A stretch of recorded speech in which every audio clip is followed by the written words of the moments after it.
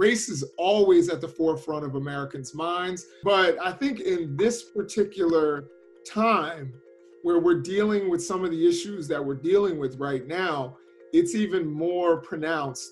When we look at race and African Americans in particular, Latinos as well, and elections and this particular election, I think it's so important so that there have been so many obstacles put in the way of Black people voting.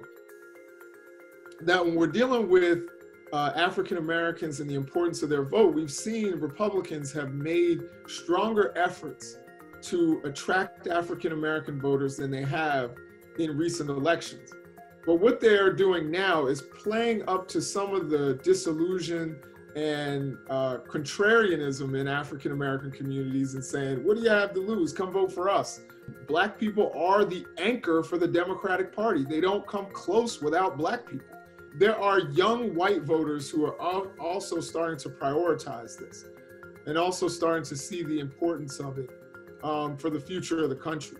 So I think that you are getting some of that. It's kind of reminiscent of the 1960s, where there is a population of young white voters who also see racial justice, certainly LGBT issues, as being really important.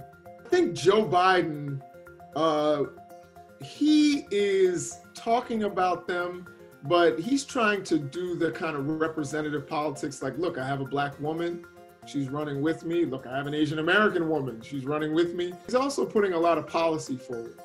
What Trump is doing, obviously, is the opposite, and that is that he is talking about law and order, which for many is a dog whistle that goes back to the 1960s. He's trying to shore up that suburban vote, which is based upon fear. And lots of those people are afraid that unrest and violence, and let's be honest, that Black people will come to their neighborhoods and go to the same schools as their children. It's the same thing that drove them in the 1970s and white flight.